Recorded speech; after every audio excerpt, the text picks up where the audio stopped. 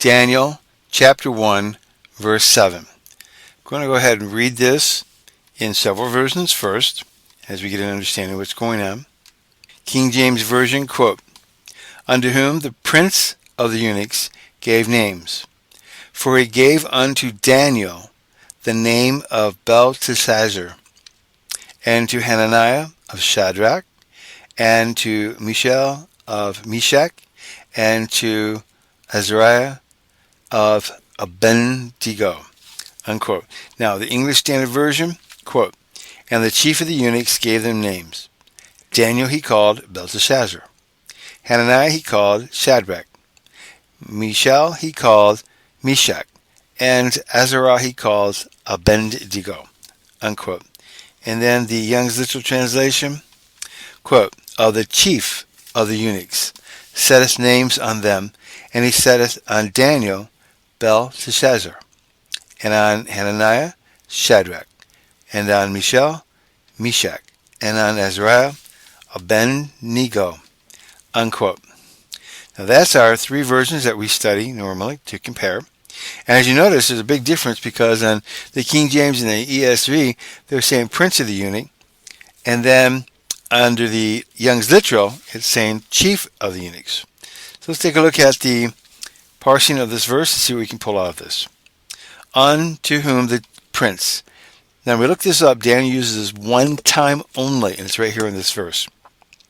And it does mean prince or chief, the leader of the eunuchs. So we continue on. Gave, and that's a casual, imperfect action verb, which means it's not done yet. So continuing, gave names. For he gave, and that of course is still an incomplete casual action, for he gave unto Daniel the name of Belteshazzar.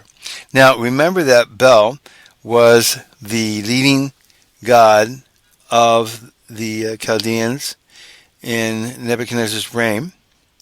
And let's go ahead and take a look and see what does that mean as far as his name goes. And when we look at this, let's pull this up. Strong's Concordance has it down as Lord of the Straitened Treasure.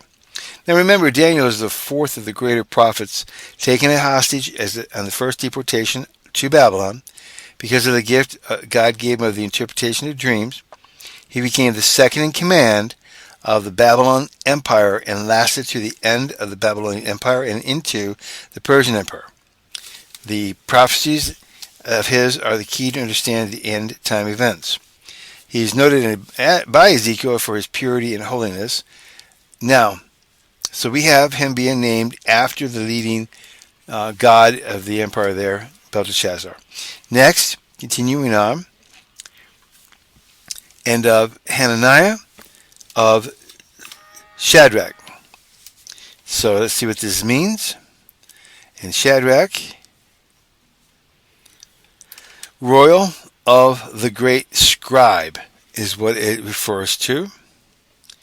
And then continuing, and to Mishael of Meshach. And let's take a look and see what does this mean. Guest of a king. And then we're going to continue on. And to Azariah of Abednego. And let's see what this means. It means servant of Nebo is what that means. Now, take a look at the commentaries, because that does end the parsing of this. Take a look at the commentaries on this. There's a lot of speculation going on, and we're not going to speculate. But I will tell what they are speculating about. Even in Gill's exposition of the Bible, it does talk about how it's not uncommon for people given in new countries are given new names, and their old names are basically done away with, so they fit in, and they can pronounce their names easier. Now, the Chaldean names, according to the names of the gods of the country for glory and honor, is how they're given out.